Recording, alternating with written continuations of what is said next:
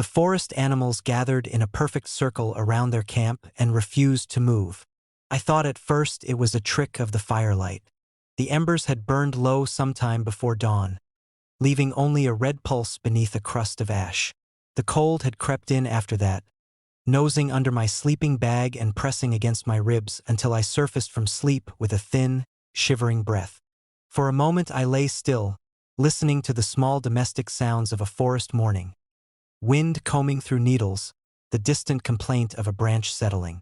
But there was no wind, no insects, no birds, only the faint rasp of my own breathing and the soft, even inhale-exhale from the tent beside mine. Mara and Jonah were still asleep. The air felt suspended, as if the forest were holding its lungs full. I unzipped my tent slowly. The nylon whispered. Cold air knifed in, sharp and metallic. My breath feathered into white vapor. I pushed myself up on my elbows and peered out, and saw them. They formed a ring just beyond the reach of our campfire's blackened stones. A flawless circle 10 or 12 feet from the edge of our gear, enclosing us with precise, deliberate spacing. Deer stood shoulder to shoulder with foxes. A badger sat on its haunches between two raccoons. Squirrels perched on roots.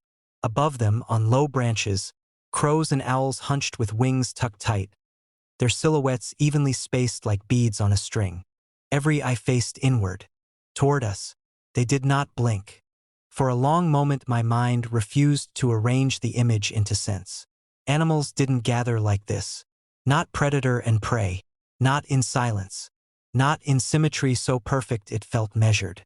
A deer's breath steamed in the cold, rising in a slow, synchronized plume with the fox beside it. The vapor drifted upward and vanished. None of them shifted their weight. None flicked an ear or twitched a tail. They were statues carved from fur and feather. I swallowed. The sound seemed loud. "Mara," I whispered. She stirred, groaned softly. "What time is it?" "Don't move," I said. My voice felt thin, brittle. "Just don't." Jonah's tent zipper rasped before I could stop him. He poked his head out, hair flattened to one side, eyes squinting against the weak gray of dawn. "What?" He saw them. I watched the confusion flood his face, then drain away. His mouth opened and stayed open. The animals did not react. Jonah's gaze traced the circle, left to right, as if looking for the seam in a stage prop. "What the hell?" he breathed. It was the symmetry that unsettled me most. The distances between each body were almost identical. A ruler could have measured the gaps. The ring was so precise that it felt intentional, architectural, as though the forest had drawn a boundary and placed its inhabitants along the line. "They're not moving," Mara whispered from inside her tent. "Are they sick?" A crow's eye reflected the dim light like a drop of oil. It stared at us, unblinking.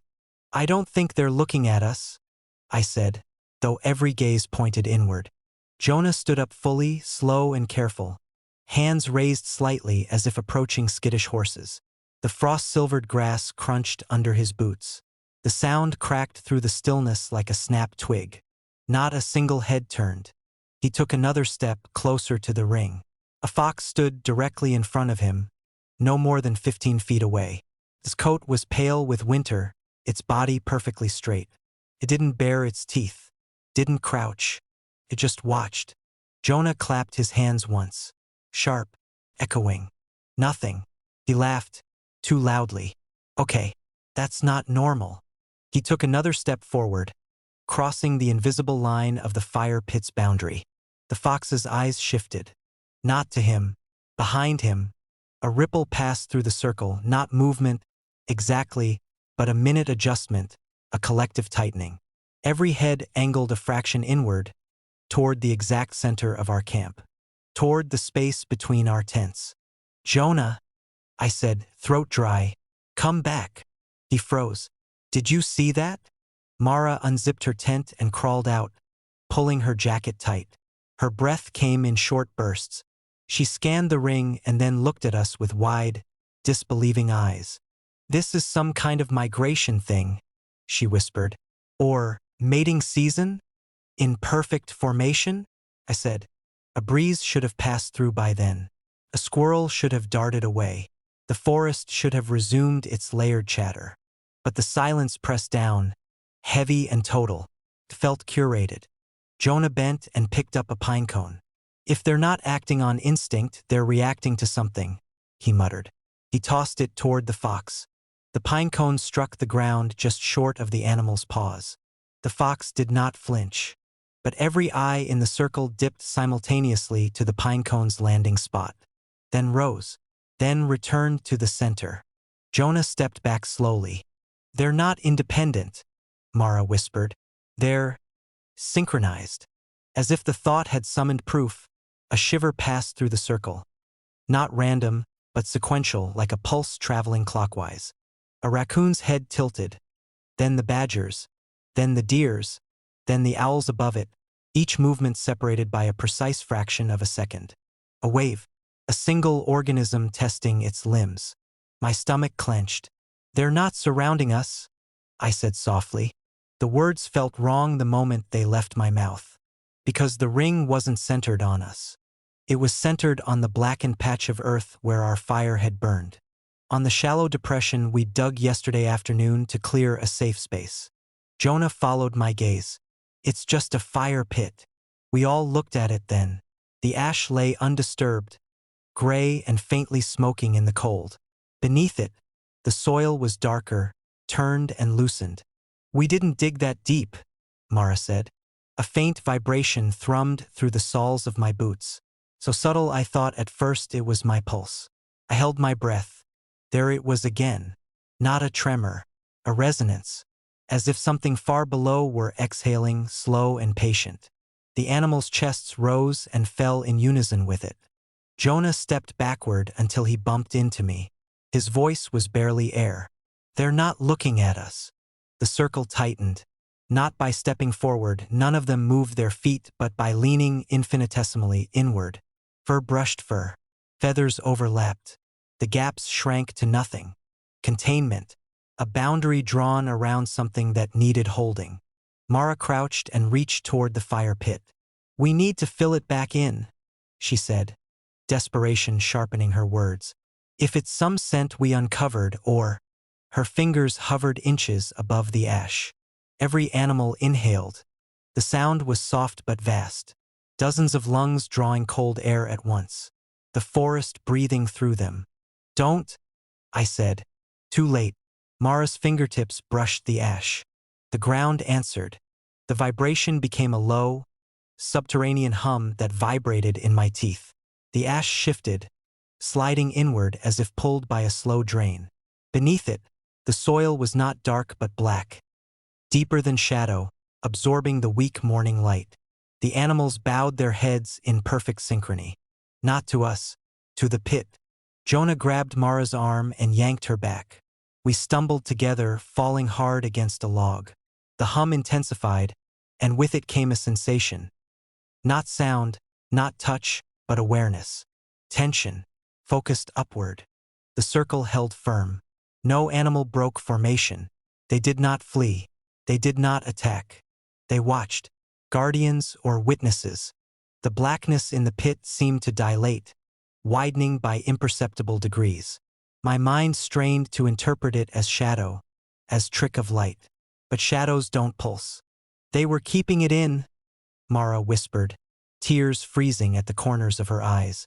"Or keeping us in," I thought. The hum faltered, then swelled again, stronger. The deer's hooves dug slightly into the earth, bracing. Wings pressed tight to bodies. The circle contracted one final fraction, as if something beneath had pressed upward and they had leaned down to meet it. The ground split without breaking. No crack, no rupture. Just a seam of deeper black threading through the pit, like an eyelid parting. Every animal lifted its gaze from the center and turned it toward us, not at our faces. Behind us, the hum shifted position, no longer beneath the fire pit, beneath our feet. Jonah made a strangled sound. I didn't dare look down.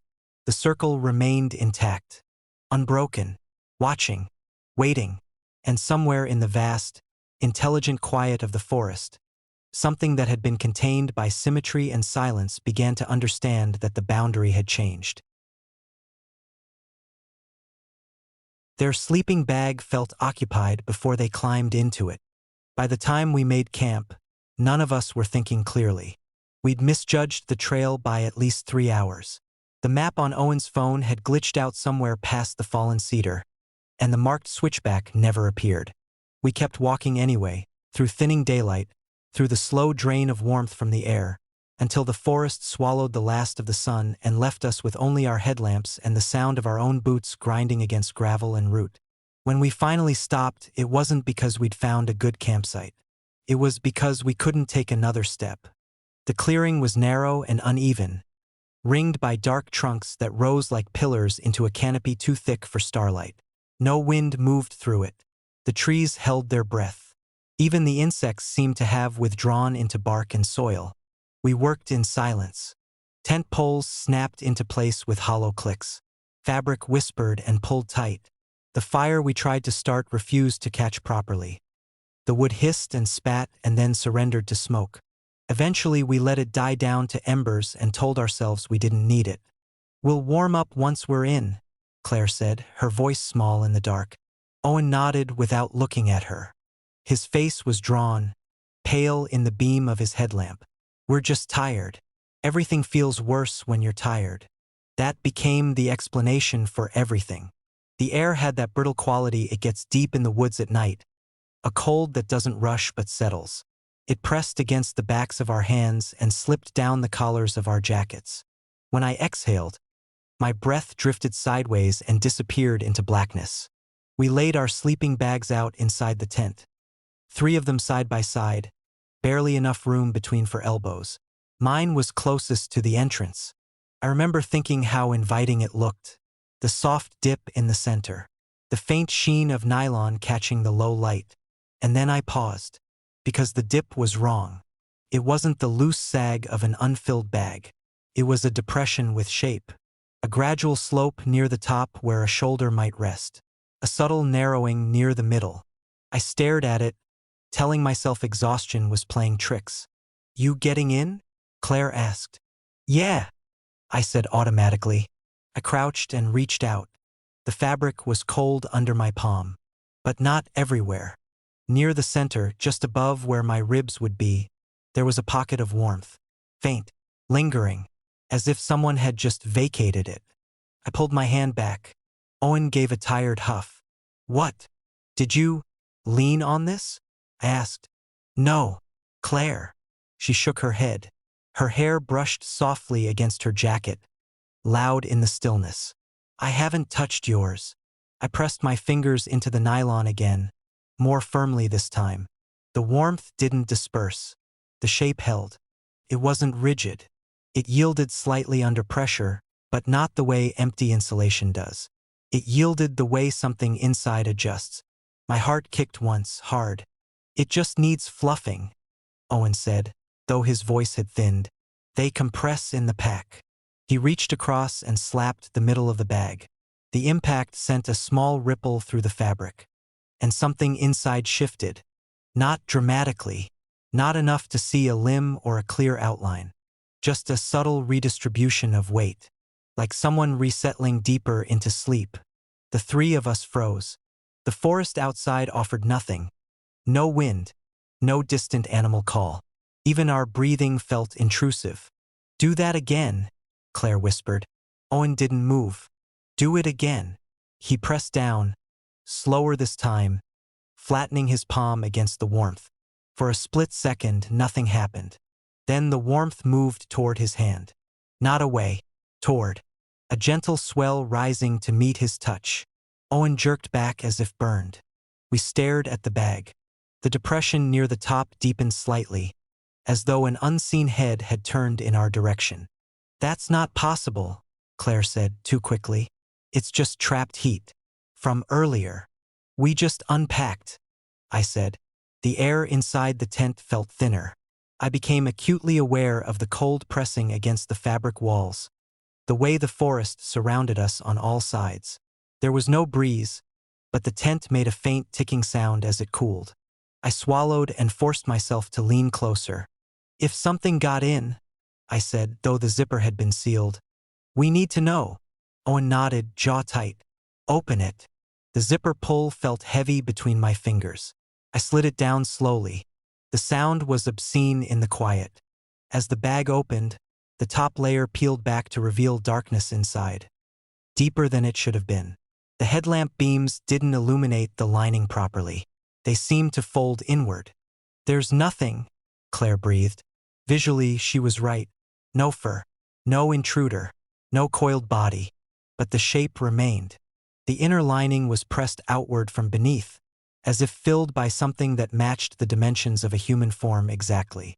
I extended one shaking hand and pressed into the center. The resistance was immediate. Soft, responsive, and unmistakably shaped. My palm traced the curve of a ribcage that wasn't mine. Claire made a small, broken sound. Owen leaned in beside me. It's air, he muttered. It's just air trapped weird. He pressed both hands down hard. The shape inside compressed, then pushed back. Not forcefully, not violently, just enough to reassert its outline. And then, it shifted. The indentation near the top lifted, angling slightly toward Owen's face. The center narrowed. The lower portion extended as if stretching legs. It was mirroring him. No, anticipating him. Owen recoiled so fast he hit the tent wall. The nylon bowed outward and snapped back. Outside, something answered. A faint rustle, not of movement through brush but of leaves turning against their stems. As though the trees themselves had leaned closer. Claire's voice trembled. It didn't come in, did it? The realization slid into place slowly, horribly. The tent hadn't been disturbed. The zipper hadn't moved. There were no tears in the fabric. The bag had been sealed in its compression sack all day, strapped to my pack. It hadn't been entered. It had formed. From what? Owen whispered. The warmth inside the bag pulsed faintly, almost imperceptibly. In time with something outside. We listened. There, beneath the stillness, a low, synchronized sigh passed through the forest. Not wind. Not quite. A collective exhale. The bag's interior shifted again, refining its shape. The shoulder rounded more distinctly. The head-like curve angled toward the tent entrance. Toward me. It was learning. No, Claire said, backing away until her shoulders hit the tent wall. No, no. The zipper at the entrance gave a tiny metallic clink. None of us had touched it. The pull tab twitched once, as if nudged from the outside. Then again. The shape inside the bag grew warmer. I felt it through the air now, radiating faint heat. An imitation of body temperature, of comfort, an offering. The forest beyond the tent remained impossibly still, but I sensed a tension there, vast and patient. Not pressing against the walls, not trying to enter, waiting for us to. It wants one of us to get in, Owen said, his voice hollow. As if in agreement, the top of the sleeping bag folded back slightly, creating a clearer space near the opening. An invitation. The warmth intensified at the center, as though anticipating weight, as though knowing precisely how we would fit. Claire began to cry softly, the sound swallowed by nylon and night. I couldn't look away from the bag, because the shape inside wasn't fixed anymore. It was adjusting, broadening at the shoulders, narrowing at the hips, matching me now. Outside, the forest exhaled again. Slow, unified. The zipper pull at the tent door lifted and fell once more. Testing. And the sleeping bag shifted closer to the entrance without moving an inch across the ground. As if the space around it had bent. As if it had always been there. Waiting for the exact moment exhaustion thinned the boundary between warmth and need. Between us, and something that had learned how to feel like us.